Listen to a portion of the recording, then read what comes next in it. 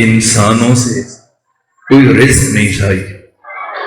وما اريد ان يطعمون، اور نہ میں اللہ یہ چاہتا ہوں کہ یہ جن اور انسان مل کر مجھے کھانا کھلائیں.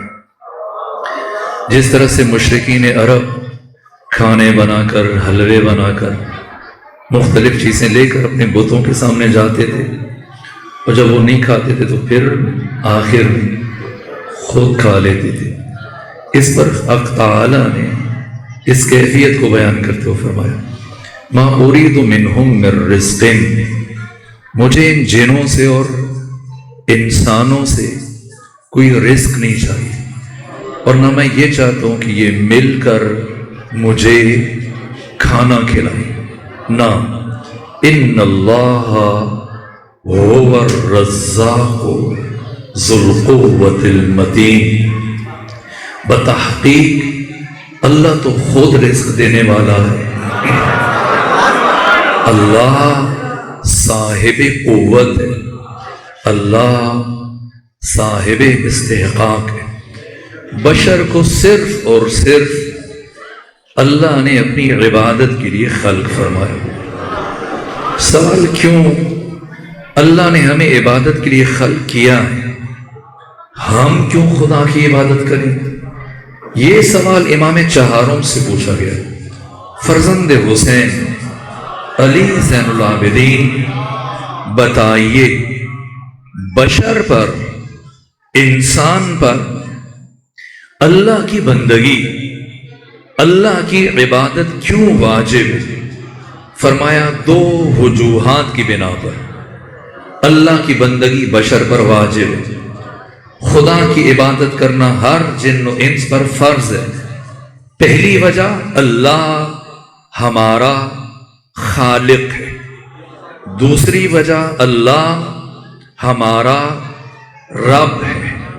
پھر فرمایا اگر اللہ صرف ہمارا خالق ہوتا اور رب کوئی اور ہوتا تب بھی خدا کی بندگی واجب نہیں تھی. اگر خالق کوئی اور ہوتا، اللہ صرف ہمارا رب ہوتا تب بھی اس کی بندگی واجب نہیں تھی. کیوں واجب ہے؟ خالق بھی ہے، رب بھی ہے. پہلے اس نے ہمیں عدم سے وجود دیا، نہیں سے ہے بنایا، اور پھر خلعت وجود سے آراستہ کرنے کے بعد ہمیں ہمارے حال پر نہیں چھوڑا، ہماری ربوبیت فرمائی. اس لیے خدا کی بندگی واجب ہے. تو حق تعالی کی بندگی، عبادت کی پہلی وجہ جیسے سید الساجدین نے بیان فرمایا وہ انسان کی تخلیق، اللہ کا خالق ہونا، یہ بندگی یہ خدا کا پہلا سبب ہے. اللہ کی عبادت کی پہلی وجہ کہ وہ ہمارا خالق ہے.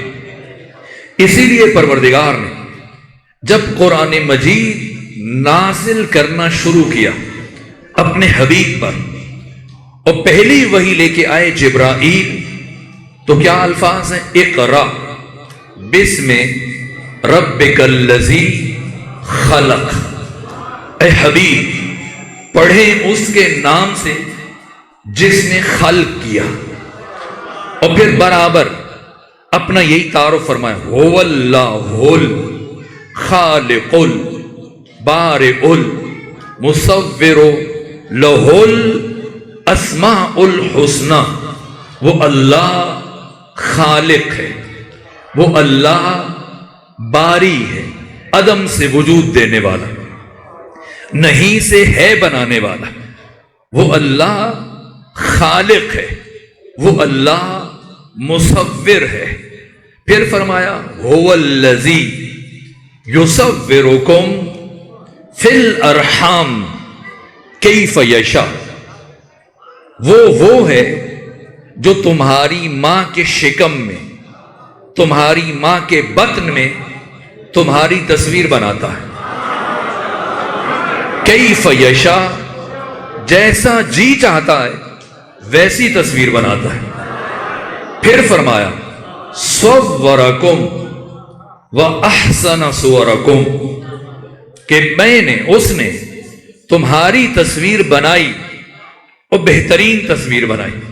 اور کبھی فرمایا 3 تاریکیوں میں انسان کی تصویر بنائی۔ تو رک کر ایک جملہ عرض کروں پھر آگے بڑھے۔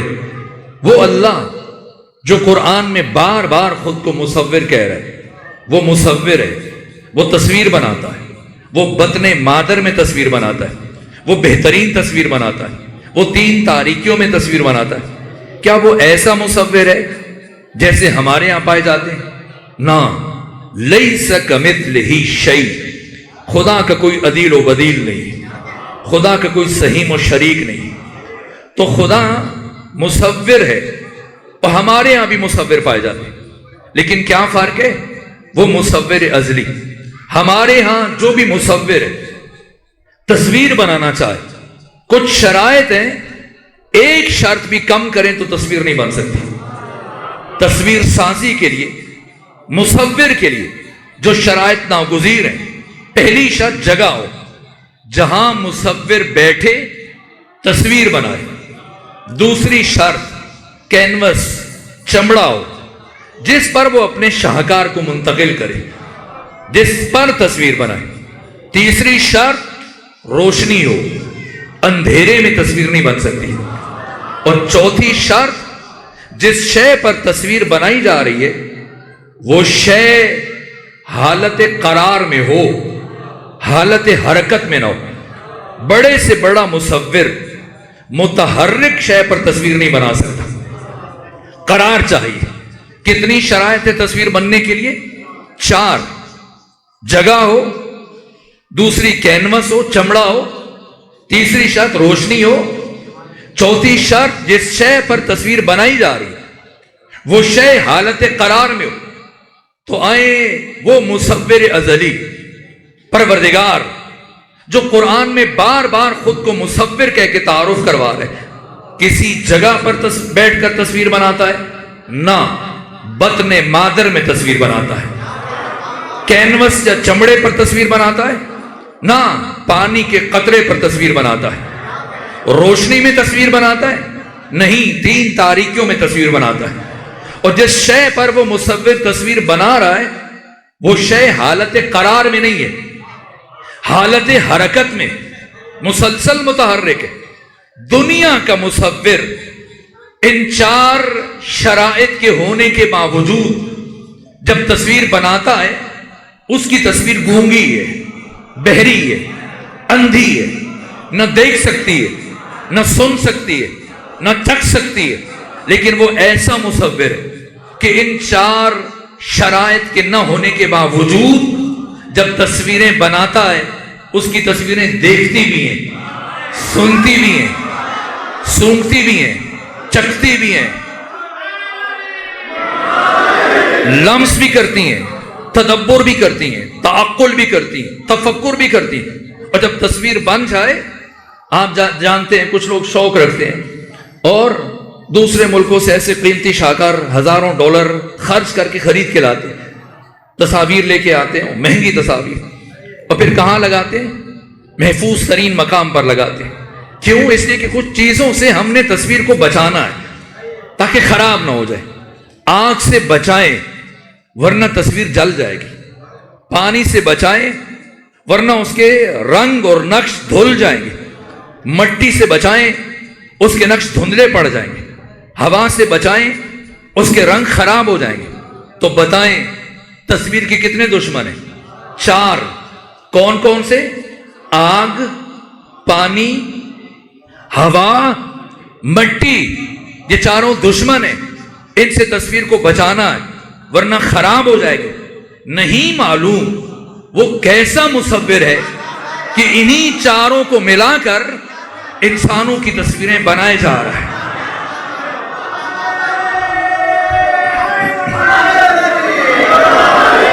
وہ خالق ہے، وہ خالق ہے، وہ باری ہے، وہ مصور ہے۔ وَمَا خَلَقْتُ الْجِنَّ وَالْإِنسَ، میں نے جنوں کو اور انسانوں کو خلق نہیں فرمایا مگر اس لیے کہ وہ میری عبادت کرے۔ عبادت کیوں واجب ہے؟ سید الساجدین نے فرمایا پہلی وجہ اللہ انسانوں کا خالق ہے، خلق کی کیفیت کی طرف ایک اشارہ کیا۔ دوسری وجہ اللہ انسانوں کا رب ہے، خلق کر کے ہمیں ہمارے حال پر چھوڑ دیتا، ربوبیت نہ کرتا۔ امام سجاد فرماتے تب بھی خدا کی بندگی واجب نہیں تھی۔ کیوں واجب ہے؟ خلق کیا اور خلق کرنے کے بعد ہمارے حال پر نہیں چھوڑا، ربوبیت کی۔ کہاں؟ دنیا میں آنے کے بعد نہ بطن مادر سے، ماں کے بطن سے برابر ربوبیت کی، ہماری خوراک کا اہتمام کیا۔ ادھر دنیا میں آئے تو جیسی دنیا میں پہنچے خوراک آمادہ ہے، اور پھر انسان کی زندگی کے لیے ساری زندگی پروردگار ہماری ربوبیت فرما رہا ہے۔ کیسے کیسے مرحلے میں ایک جملہ عرض کروں اور آگے بڑھوں۔ یہ ابھی آپ دن کا کھانا کھا چکے، میں بچوں سے عرض کر رہا ہوں، جوانوں سے، اور کچھ لمحوں کے بعد جائیں گے مغربین کے بعد، پھر شام کا کھانا کھائیں گے، اور یہ کھانا جب کھائیں تو آج جب لقمہ اٹھا کر روٹی کا، نان کا لقمہ اٹھا کر توڑ کر دہن میں لے جانے لگیں تو یہ بات یاد کیجیے کہ جو عرض کر رہا ہوں، تاکہ پروردگار کی ربوبیت کی طرف اشارہ ہو جائے کہ اس ایک لقمے روٹی کے لیے پروردگار نے بشر کے لیے کتنا اہتمام کیا۔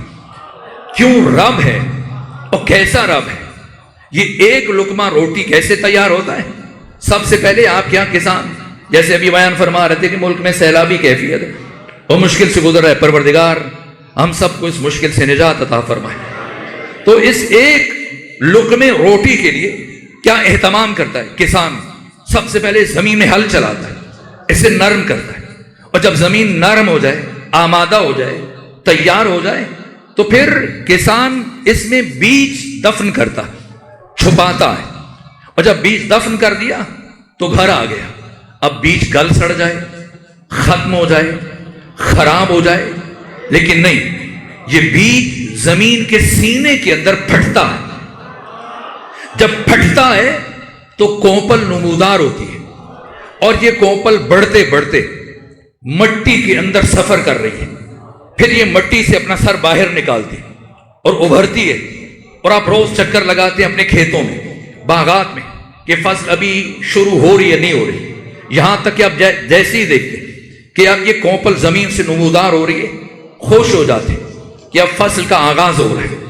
تو وہ کون سی ذات ہے کہ یہ نرم اور نازک کونپل کہ اگر پانی کی تیز دھار مارے تو ٹوٹ کے ختم ہو جائے، لیکن اتنی مضبوط ہے کہ زمین کے سینے کو چیر کر باہر آ رہی ہے۔ وہ کون سی ذات ہے جو اس نرم اور نازک کونپل کو زمین کے سینے سے باہر لے کے آتی ہے؟ اسی کا نام خدا ہے۔ یہ پروردگار کی ربوبیت ہے۔ اور اب اس نے پنپنا شروع کیا، اس کونپل نے بڑھنا شروع کیا، رفتہ رفتہ جب یہ بڑھنا شروع ہوئی، آپ نے اس کو پانی سے سینچا، اور پھر اس کے ایک دن اس پر اناج ہوگا، پھر ہوا سے اس اناج میں بالیدگی پیدا ہوئی، اور سورج نے اس اناج کو پکایا، چاند کی چاندنی سے خدا نے اس اناج میں مٹھاس بھری، اور اب یہ اناج ایک مرحلے میں پک کر تیار ہو گیا۔ اب یہ گندم تیار ہے، چاول تیار ہے، اور ایسا نہیں کہ اب یہ گندم، یہ دانہ جیسی پکا تیار ہوا تو ہم نے اسے کھانا شروع کیا، نہیں، اب ہم اسے پودے سے الگ کریں گے، بھوسا الگ اور گندم الگ، اور ایسا نہیں کہ اب چمچ سے گندم کھانا شروع کر دیں، نہیں، تھریشنگ کے بعد یہ گندم گھر میں لے کے آئیں گے، اور گھر میں لانے کے بعد اب اس کا آٹا بنائیں گے، اور جب آٹا بنایا تو ایسا نہیں کہ ہم آٹا کھانا شروع کر دیں، نہیں، اب ہمارے گھر کی خواتین، ہماری بہنیں، مائیں، بیٹیاں، وہ اس آٹے کو گوندیں، آمادہ کریں، پھر آگ روشن کریں، تندور جلے گا، توا رکھا جائے گا، اور پھر اسی آٹے کو اس کا پیڑا بنا کے، روٹی بنا کے اسے پکایا جائے گا، اور پکنے کے بعد ان سارے مراحل کو طے کرنے کے بعد جیسے یہ روٹی ہمارے سامنے دسترخوان پر آئے اور ہم اس روٹی کا لقمہ اٹھا کر اپنے دہن تک لے کے جانے لگے، تو اپنے دہن میں اتارنے سے پہلے ایک مرتبہ یہ سوچ لیں کہ پروردگار فرما رہے اے انسان، اس ایک لقمے روٹی کے لیے میں نے پورے نظام شمسی کو متحرک کر دیا۔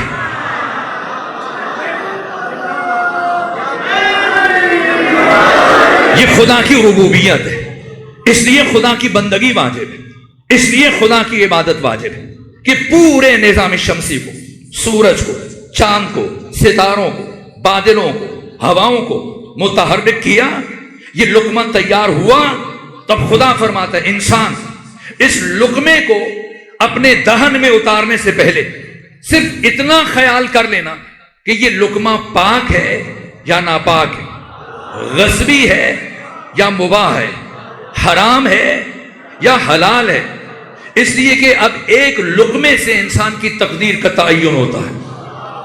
یہ لقمہ انسان ساز ہے، کیونکہ لقمہ حرام نسلوں کی تباہی کے لیے کافی، اسی لیے بہلول عارف، بہلول دانا، بہلول فرزانہ، جسے دنیا دیوانہ کہتے ہیں، امام ہفتم کے صحابی ہیں، لیکن جان بچانے کے لیے امام نے حکم دیا کہ آپ یہ انداز اختیار کریں، جنون، یہاں تک کہ بڑے بڑے سلاطین کو لمحوں میں رسوا کرتے تھے۔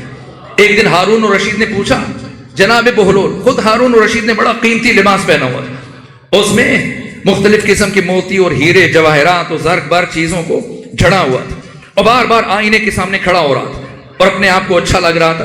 اور مولا متقیان فرماتے ہیں جب خود کو کوئی ناپسند کرنے لگ جائے تو انقریب دوسروں کی نگاہوں میں ناپسند ہو جاتا ہے، تو یہ خود پسندی کی کیفیت میں بار بار آئینے کے سامنے کھڑے ہوتے۔ ایسے میں بہلول جو اس کے رشتہ دار تھے دربار میں آئے اور ہارون اسی فکر میں تھے، تو جیسے ہی بہلول کو دیکھا کہا بہلول بتائیں آپ کے خیال میں میری کیا قیمت ہوگی؟ اگر میری قیمت لگائی جائے تو آپ کے خیال میں میری کتنی قیمت ہوگی؟ یہ دیکھ کر بہلول نے بغور ہارون الرشید کی طرف دیکھا، 3 بر اعظموں کا حکمران، سر سے لے کے پاؤں تک بہلول نے دیکھا، اور دیکھنے کے بعد کہا میرے خیال میں اگر تمہاری قیمت لگائی جائے تو 1,00,000 درہم بن جائے گی۔ یہ سنا غصے سے ایک مرتبہ ہارون کہنے لگا پہلے میں سوچتا تھا شاید تو احمق نہیں، تو پاگل نہیں، جان بوجھ کے تو نے یہ انداز اختیار کر رکھا، لیکن آج یقین ہو گیا کہ تو سچ میں پاگل۔ کہ کیوں؟ کہ اس لیے کہ یہ جو تو 1,00,000 میری قیمت بتا رہے یہ تو صرف میرے اس پیرہن کی قیمت ہے، اس لباس کی قیمت ہے، اس پوشاک کی قیمت ہے جسے آج میں نے پہنا۔ تو بہلول مسکرائے کہ میں بھی اسی کی بات کر رہا ہوں، میں بھی اسی کی بات کر رہا ہوں، ورنہ تمہاری کیا قیمت ہے، تمہاری کیا ارزش ہے؟ یہ انسان جس کے لیے پروردگار نے پوری کائنات کو خلق کیا، فرمایا خلقت کل شیء لکم وخلقتک لنفسی، انسان میں نے ساری کائنات کو تمہارے لیے پیدا کیا، تمہیں اپنے لیے پیدا کیا، لیکن جب خدا کو بھول جائے اس انسان کی ارزش نہیں، قیمت نہیں۔ یہ بہلول اتنے بڑے عارف، اتنے بڑے فقیہ، صاحب اسرار صحابی امام موسیٰ کاظم قبرستان میں بیٹھے، اور امام اعظم نعمان بن ثابت، ابو حنیفہ گزر رہے ہیں، اور نہ جناب جنید بغدادی یہ گزر رہے ہیں پاس سے، تو جیسی جنید بغدادی پر نگاہ پڑی جو اپنے شاگردوں کے ہمراہ جا رہے تھے، تو جناب بہلول نے آواز دی جنید بات سنو۔ جنید آئے، پوچھا اے جنید یہ کہاں لے کے جا رہے ہو اتنے لوگوں کو؟ کہا انہیں آداب سکھانے جا رہا ہوں، آداب زندگی، آداب معرفت۔ کہا انہیں سکھانے جا رہے ہو، خود کو بھی کچھ آتا ہے، خود کو بھی کچھ پتا ہے یا صرف دوسروں کو سکھاتے ہو؟ کہ کیوں نہیں پتا ہے؟ پوچھے آپ کیا بتاؤں؟ کہ چھوڑو باقی باتوں کو، مجھے صرف کھانا کھانے کے آداب بتا دو۔ کھانے کے آداب کیا؟ تو اب بیان کرنا شروع کیا کہ سب سے پہلے ہاتھ دھونے چاہیے، اور اس کے بعد پھر بسم اللہ پڑھنی چاہیے، اور پھر اپنے سامنے سے کھانا اٹھا کے کھانا چاہیے، اور کھانا کھاتے ہوئے دوسروں کے چہروں کی طرف نہیں دیکھنا چاہیے، اور اپنے سامنے سے اٹھانا چاہیے، دوسروں کے سامنے سے نہیں اٹھانا چاہیے، اور چھوٹے لقمے بنانے چاہیے، اور ہر لقمے کو خوب چبا کے کھانا چاہیے، اور بھوک کچھ رہ جائے تو دسترخوان سے اٹھ جانا چاہیے، ورنہ بیماریاں پیدا ہوتی ہیں۔ اور جب کھانا کھائیں تو کھانا کھانے سے پہلے جب ہاتھ دھوئیں تو ہاتھوں کو خشک نہیں کرنا چاہیے، اور جب کھانا کھا لیں اب بھی ہاتھ دھونے چاہیے، لیکن اب ہاتھوں کو دھونے کے بعد خشک کر لینا چاہیے اور کھانے کے بعد خدا کا شکر ادا کرنا چاہیے.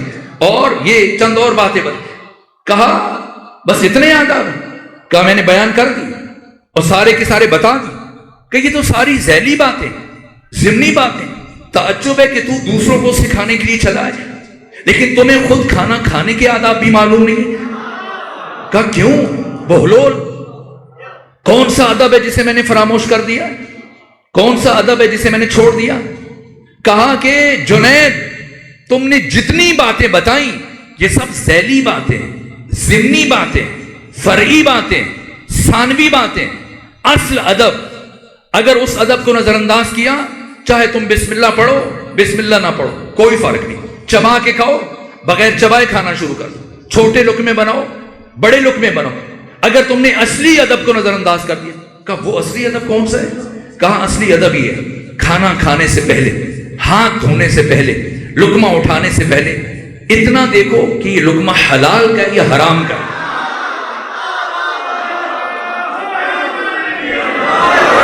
یہ اساسی ترین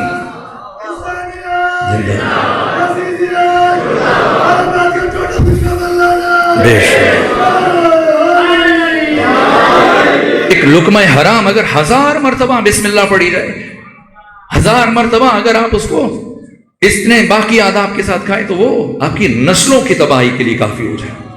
لقمہ حلال اس بات کو جو کہ اب ماہ ربیع الاول ہے اور آقا کی آمد کے ایام میں 2 سے 3 جملے اسی ضمن میں جو آقا نے یہ جو خدا نے ہمیں خلق کیا اور یہ نہ سمجھے کہ خلق ہونے کے بعد انسانوں کی تعداد میں اضافہ ہوا. اب تک کی ساری گفتگو ایک جانے. اب جو جملہ عرض کرنے لگا ہوں اسے جوان بچے لوہے دل پر نقش کرے. یہ جملہ اسے میں بہت تکرار کرتا ہوں اس لیے کہ یہ جملہ روح ہے قرآن ہے اور قرآن کی سینکڑوں آیات کا نچوڑ اور مستفاد ہے. اور وہ یہ کہ ہم انسان پیدا نہیں ہوئے بلکہ ہم انسان بننے کے لیے پیدا ہوئے.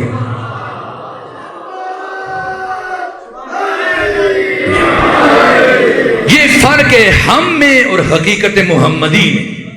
یہ فرق ہے ہم میں اور محمد و آل محمد کہ اللہ نے ہمیں اس کائنات میں انسان بننے کے لیے بھیجا ہے.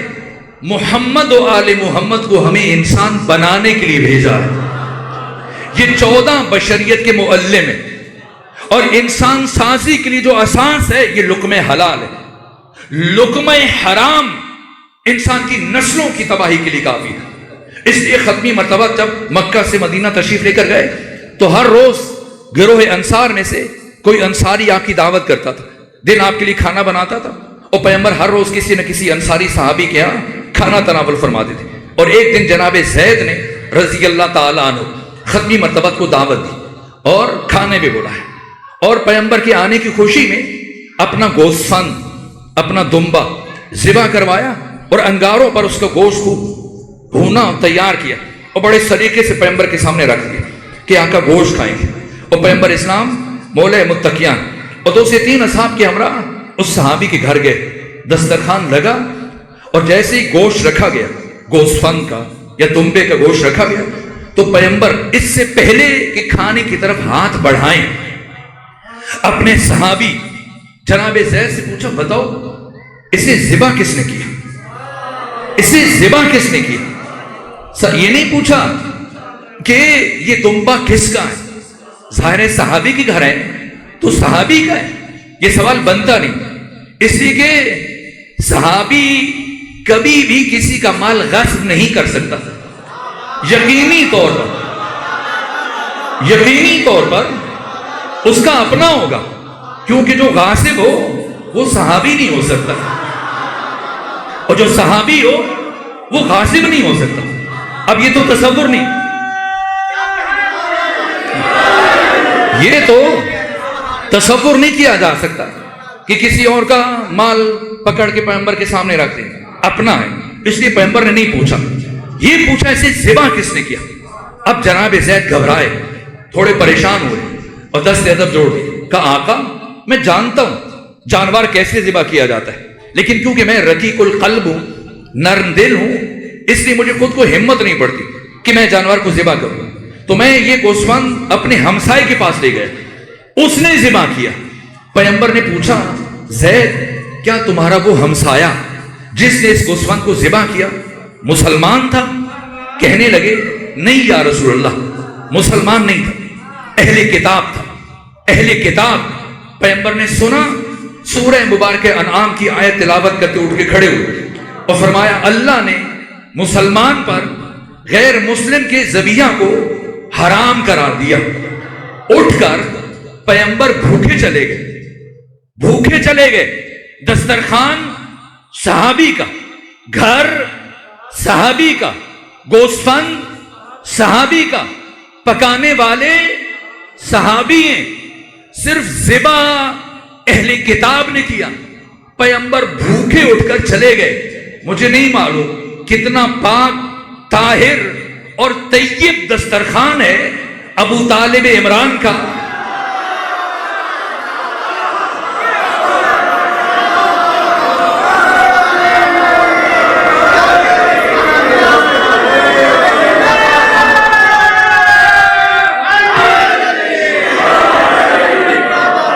کہ پیغمبر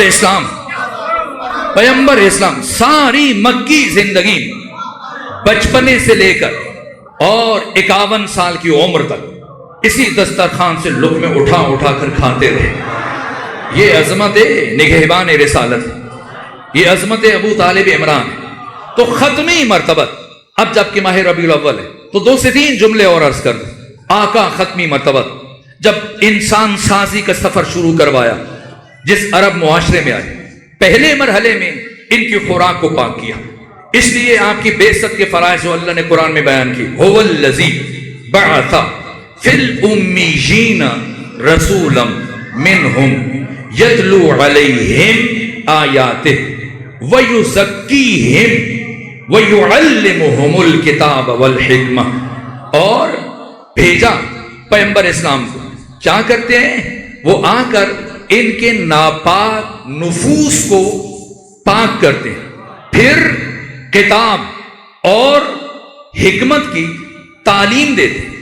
آج سے 4000 سال پہلے ابراہیم خلیل جب بیٹے اسماعیل کے ہمراہ خانہ کعبہ کی دیواریں تعمیر کر رہے تھے تو دعا مانگی، جسے قرآن نے بیان کیا، ربنا وابعث فیہم رسولا، پروردگار رسول بھیج ان میں جو کیا کرے، وہ قرآن کی آیتوں کی تلاوت کرے اور انہیں کتاب اور حکمت کی تعلیم دے اور ان کا تزکیہ کرے۔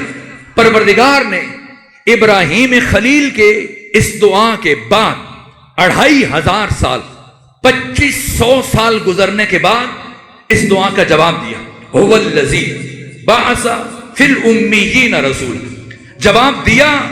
لیکن ابراہیم کی دعا کو ایک طرف قبول کیا، دوسری جانب ابراہیم کی دعا کے لفظوں کی ترتیب کو بدل دیا۔ ابراہیم خلیل نے کہا رسول بھیج جو انہیں کتاب اور حکمت کی تعلیم دے اور ان کا تزکیہ کرے۔ خدا نے جواب میں کیا فرمایا؟ ہم نے رسول بھیجا جو ان کا تزکیہ کرتا ہے اور کتاب و حکمت کی تعلیم دیتا ہے۔ ابراہیم خلیل نے کتاب اور حکمت کی تعلیم کو پہلے رکھا، تزکیہ کو بعد میں رکھا۔ خدا نے ترتیب بدل کر تزکیہ کو پہلے رکھا اور کتاب و حکمت کی تعلیم کو بعد میں رکھا۔ کیوں بدل دیا پروردگار نے اس ترتیب کو؟ اس لیے کہ علی فرماتے ہیں علم کمینے کی کمینگی میں اور شریف کی شرافت میں اضافہ کرتا ہے، اضافہ کرتا ہے۔ اگر کسی کا ظرف ناپاک ہے، کسی نے خود کا تزکیہ نہیں کیا اور مدرسے چلا گیا اور سیکھنا شروع کیا اور علم حاصل کرنا شروع کیا، جیسے جیسے علم بڑھتا چلا جائے گا اس کی قذافت میں اضافہ ہوتا چلا جائے گا۔ حصول علم سے پہلے جو قرآن ہمیں تعلیم دیتا ہے، اپنے نفس کو پاک کرے۔ اگر نفس پاک ہوگا علم نور بن جائے گا۔ ختمی مرتبہ پہلے ہمارے نفسوں کو پاک کیا، پھر دوسرا کام ہمیں کتاب و حکمت کی تعلیم دی۔ اور کیا انداز ہے، مسجد میں داخل ہوئے دیکھا 2 گروہ ہیں، ایک نماز پڑھ رہا ہے، دعائیں مانگ رہا ہے، تسبیح میں مصروف ہے، مناجات میں، اور دوسرا گروہ دائرہ بنا کر علمی گفتگو میں مصروف ہے۔ پیغمبر مسجد میں آئے، دونوں کو دیکھا، مسکرائے. فرمایا دونوں خیر پر ہیں, دونوں اچھے عمل میں مصروف ہیں, لیکن میں پہلے گروہ میں نہیں بیٹھوں گا بلکہ دوسرے گروہ میں بیٹھوں گا. کیوں؟ اس لیے کہ مجھے لوگوں کو عالم بنانے کے لیے بھیجا گیا, مجھے لوگوں کو باشعور بنانے کے لیے بھیجا گیا. پیغمبر اسلام ہمیں باشعور دیکھنا چاہتے, پیغمبر اسلام ہمیں عالم اور آگاہ دیکھنا چاہتے. دوسری بات, پیغمبر اسلام ہمیں عاقل دیکھنا چاہتے, عاقل دیکھنا چاہتے. یہ حدیث اگر جوان اپنے حافظے میں محفوظ کر سکیں تو اپنے لوہے دل پہ نقش کریں. کیا فرمایا پیغمبر نے؟ یہ عجیب حدیث ہے. آقا فرماتے ہیں خدا نہ کرے کسی انسان کا علم اس کی عقل سے زیادہ ہو جائے. ایسا انسان سوسائٹی میں, معاشرے میں پرابلمز کریٹر بن جاتا ہے, دوسروں کے لیے مشکلات پیدا کرتا ہے کہ علم زیادہ ہے, عقل کم ہے. عقل کیسے بڑھتی ہے؟ فکر سے, سوچنے سے. اس لیے فرمایا فکر الساعۃ افضل من عبادت 70 سنہ. ایک لمحے کی فکر عابد کی 70 سال کی عبادت سے افضل ہے. پیغمبر چاہتے ہیں ہم تنہائیوں میں بیٹھیں, غور و فکر کریں. غور و فکر سے انسان خود سے ملتا ہے, نتیجتاً خدا سے ملتا ہے. تنہائی انسان ساز ہے. یہ دوسری بات. تیسری بات, یہ ماہ ربیع الاول آقا ختمی مرتبہ کی آمد کی نسبت سے یہ 3 سے 4 باتیں, 2 باتیں اور عرض کروں. اور پیغمبر اسلام ہمیں عالم دیکھنا چاہتے, عاقل دیکھنا چاہتے. تیسری بات, پیغمبر اسلام ہمیں با اخلاق دیکھنا چاہتے, با اخلاق. اللہ, بس میں 2 جملے اور عرض کروں. با اخلاق دیکھنا چاہتے ہیں. اسلام دین علم ہے, دین معرفت ہے, دین حکمت ہے, دین بصیرت ہے, دین شعور ہے. لیکن اسلام اپنے علم کے زور پر نہیں پھیلا. اسلام نتیجہ ہے اخلاق مصطفیٰ کا اور کردار مصطفیٰ کا. مسجد نبوی میں اہل سنت اور اہل تشیع کے بڑے بڑے محدثین نے اس واقعے کو لکھا.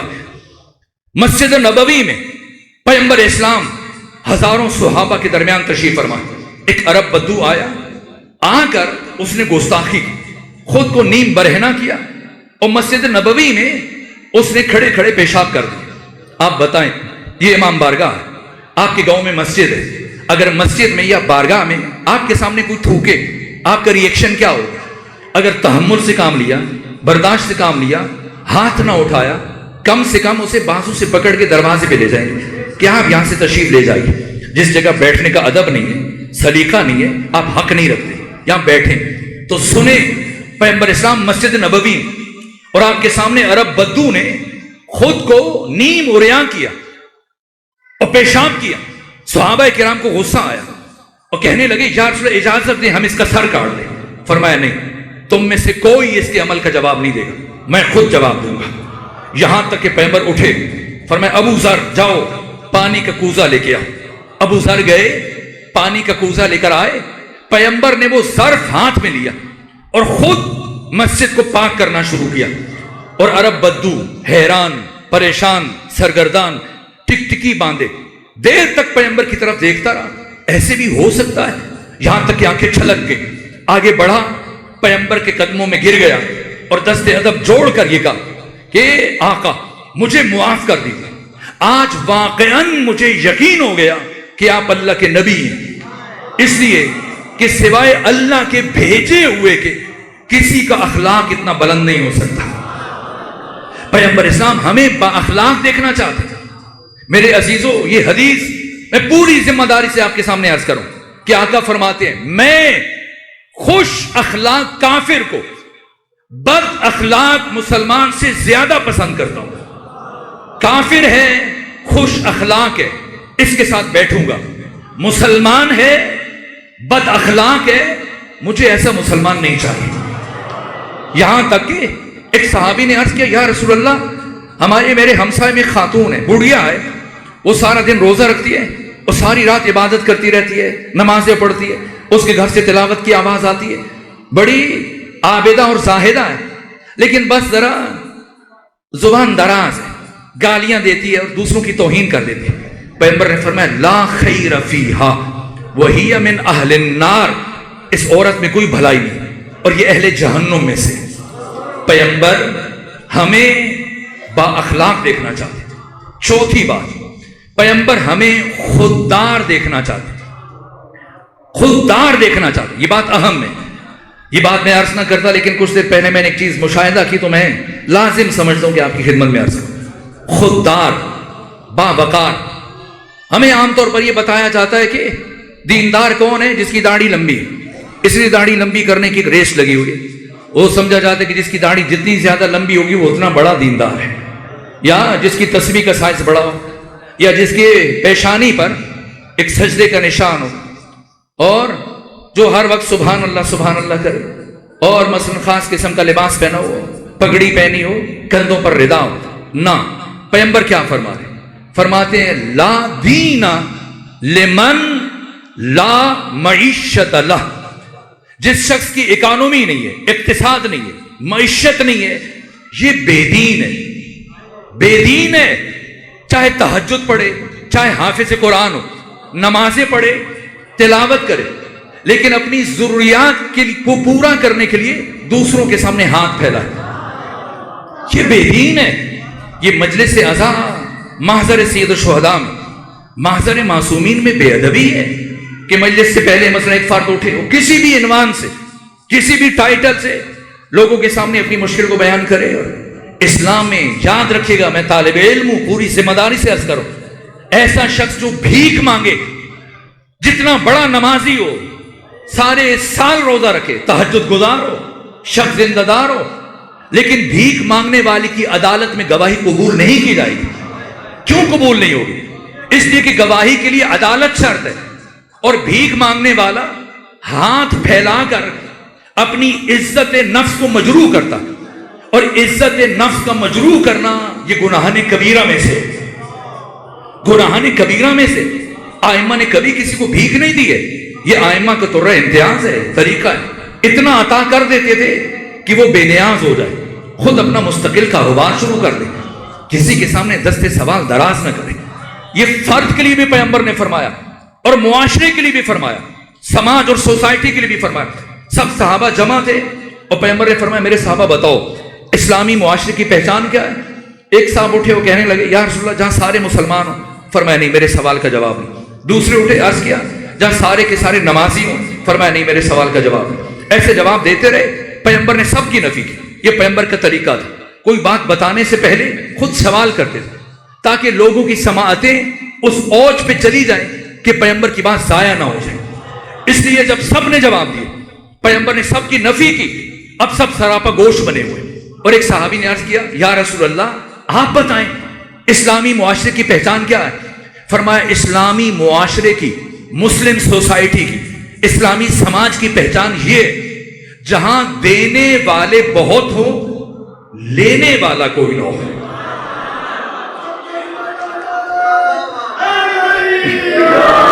یہ اسلامی معاشرہ. تو پیغمبر اسلام ہمیں خوددار دیکھنا چاہتے، باوقار دیکھنا چاہتے. یہ جو بشیر ہے، اب وقت ختم ہو رہا ہے لیکن میں یہ ایک جملہ عرض کروں. بشیر اور نذیر، یہ چھوٹے بچے اسکولوں میں جاتے ہیں، آپ کی کورس کی کتابوں میں بھی لفظ لکھا ہوتا ہے پیغمبر کے القابات میں سے ایک بشیر ہے، ایک نذیر. بشیر کا کیا مطلب ہے جی؟ خوشخبری دینے والا، بشارت دینے والا. نذیر ڈرانے والا. لیکن یہ معنی نہیں ہے، یہ سطحی معنی ہے جو ہمیں جناب ملا نے سکھایا. آپ جائیے، امام اہل سنت امام راغب اصفہانی نے مفردات راغب میں بشیر کا معنی کیا کیا، نذیر کا معنی کیا کیا. اور لغت کی بڑی کتابوں میں بشیر ایک مایوس دل میں امید کی شمع کو روشن کرنے والا، نذیر آنے والے خطروں سے بشر کو آگاہ کرنے والا. یہ پیغمبر کا تعارف ہے. تو ایک جملہ ہے اسی ضمن میں. ایک صحابی مفلوق الحال تھا، توحیدست تھا، توحید آمن تھا. تو اس کی زوجہ نے کہا، بیوی نے، کہ اتنا عرصہ ہو گیا پیٹ بھر کے کھانا نہیں کھایا، اب فتوحات ہو رہی ہیں، مال غنیمت آ رہے ہیں، آپ چل کے پیغمبر اسلام سے کہیں کچھ عنایت کریں تاکہ ہم پیٹ بھر کے کھانا کھا لیں. یہ صحابی آیا پیغمبر کی خدمت میں، اور اس سے پہلے کہ یہ صحابی اپنا سوال پیغمبر کے سامنے رکھتا، پیغمبر بولنا شروع کیا.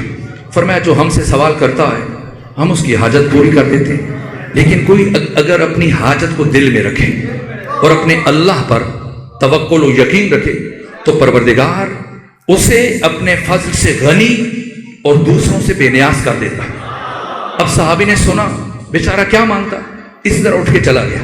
گھر گیا تو پھر اپنی زوجہ سے جھاڑ پیٹی کہ خالی ہاتھ آ گئے، کہا اچھا میں کل بات کروں گا۔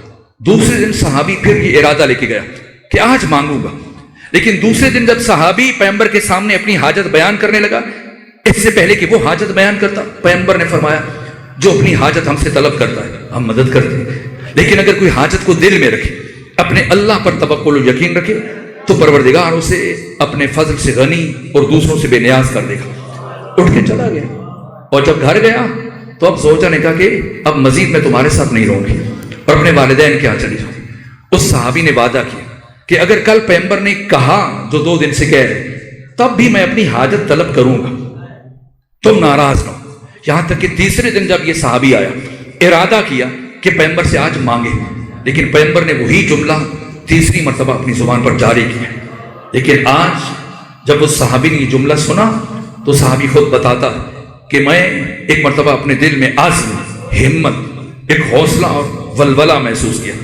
بارگاہ رسالت سے اٹھا، گھر نہیں گیا بلکہ سیدھا میں ایک ہمسائے کے یہاں گیا اور اس سے میں نے رسی اور کلہاڑی ادھار مانگی، اور رسی کلہاڑی لے کر میں جنگل چلا گیا، لکڑیاں کاٹی، بازار میں انہیں بیچا، جو رقم ملی آدھی جیب میں رکھی، آدھی سے گھر کی کچھ ضروریات خریدی اور گھر چلا گیا۔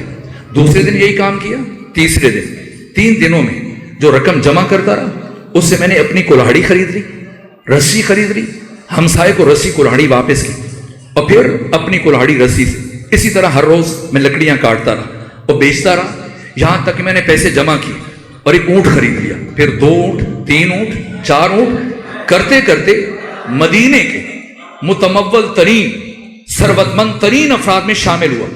تو ایک دن دل میں خیال آیا کہ اگر اس دن پیغمبر اسلام چند درہم دے دیتے، ہم ایک وقت کا کھانا کھا لیتے، لیکن اس طرح دوسروں سے بے نیاز نہ ہوتے۔ تو دل میں خیال آیا کہ چلوں، حق بنتا ہے پیغمبر اسلام کا شکریہ ادا کروں۔ صحابی کہتا ہے جب میں شکریہ ادا کرنے کے لیے بارگاہ رسالت میں حاضر ہوا، اس سے پہلے کہ میں لب کھولتا، لبھائے ختمی مرتبت میں جنبش پیدا ہوئی۔ پیغمبر مسکرائے اور فرمایا ہم نے کہا تھا جو اپنی حاجت ہم سے طلب کرے گا ہم اس کی مدد کر دیں گے، لیکن اگر کوئی حاجت کو دل میں رکھے گا، اپنے اللہ پر توکل و یقین رکھے گا تو پروردگار اسے اپنے فضل سے غنی، دوسروں سے بے نیاز کر دے گا۔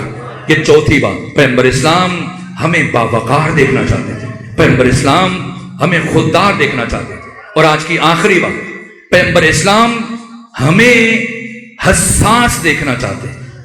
اپنے بارے میں ہر کوئی حساس ہے، مجھے ایسے کیوں کہا، میری طرف ایسے کیوں دیکھا، میرے ساتھ یہ انداز کیوں اختیار کیا، نہ، دوسروں کے بارے میں حساس، دوسروں کا خیال رکھنے والا، انسانوں کا، یہاں تک کہ پیغمبر نماز پڑھ رہے ہیں مسجد نبوی میں، اور وہ بھی نماز جمعہ، اور جیسے ہی پیغمبر اسلام نے سورہ جمعہ شروع کی پہلی رکعت میں تو اچانک سے 2-3 آیتیں پڑھی اور سورہ جمعہ کو چھوڑ دیا۔ ظاہر لمبی سورہ ہے، سورہ کو چھوڑا، ایک مختصر سورہ پڑھا قل هو اللہ، قنوت کو چھوڑا، مستحبات کو چھوڑا، دوسرے رکعت میں سورہ منافقون کو چھوڑا، جلدی جلدی نماز ختم کی، اور جیسے ہی نماز ختم کی تو عبداللہ ابن مسعود رضی اللہ تعالیٰ عنہ آگے بڑھے، عرض کیا یا رسول اللہ طبیعت ناساز ہے؟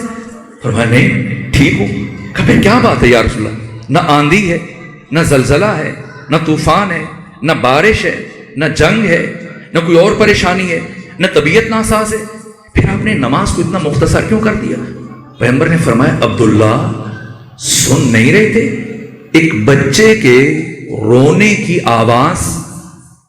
ظاہر ہے اس زمانے میں خواتین بھی جمعہ پڑھنے کے لیے جاتی تھی، اب مسلمان بہت غیرت مند ہے، وہ جمعے کی نماز پہ خواتین نہیں جا سکتی، وہ صرف مارکیٹ اور بازار جا سکتی ہیں، لیکن عہد رسول میں خواتین بھی جاتی تھی نماز پڑھنے کے لیے۔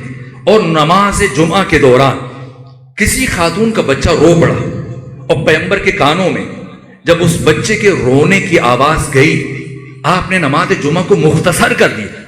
اور جب عبداللہ ابن مسعود نے پوچھا تو کیا فرمایا؟ سن نہیں رہے تھے ایک بچے کے رونے کی آواز؟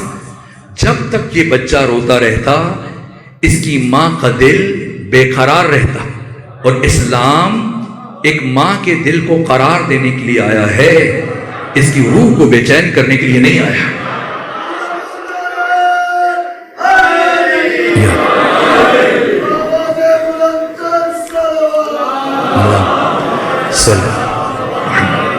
بس وقت ختم ہوا. پیغمبر اسلام ہمیں حساس دیکھنا چاہتے ہیں انسانوں سے متعلق، حتیٰ حیوانات سے متعلق. یہ حدیث ہے پیغمبر کی کہ اگر سفر میں تمہارے پاس اتنا پانی ہے کہ تم وضو کر سکو اور دوسری جانب ایک جانور پیاسا ہو تو تم پر واجب ہے کہ یہ پانی اس جانور کو پلاؤ اور خود تیمم کر کے نماز پڑھو.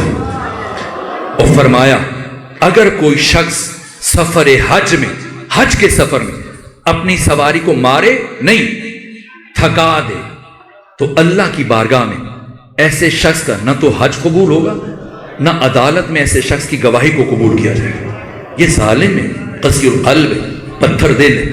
تو پیغمبر اسلام ہمیں حساس دیکھنا چاہتے ہیں انسانوں سے متعلق، حیوانوں سے متعلق، حتیٰ نباتات سے متعلق. بس ایک کھیت کے بیچ میں سے پیغمبر گزر رہے ہیں اور جوان صحابی ساتھ ہے، اور کھیتوں کے درمیان میں سے اس جوان صحابی نے ایک پتا توڑا کسی پودے کا، اور توڑنے کے بعد بے خیالی میں جیسے ہم لوگ کرتے ہیں ایسے مسل کے پھینک دیا اور چلا. تو پیغمبر کے بڑھتے قدم رک گئے.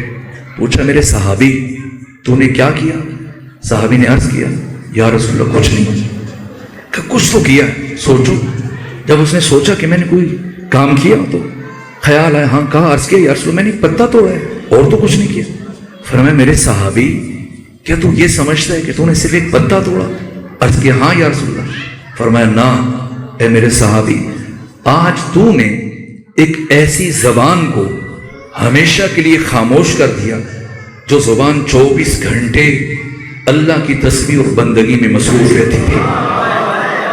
پیغمبر اسلام ہمیں حساس دیکھنا چاہتے ہیں.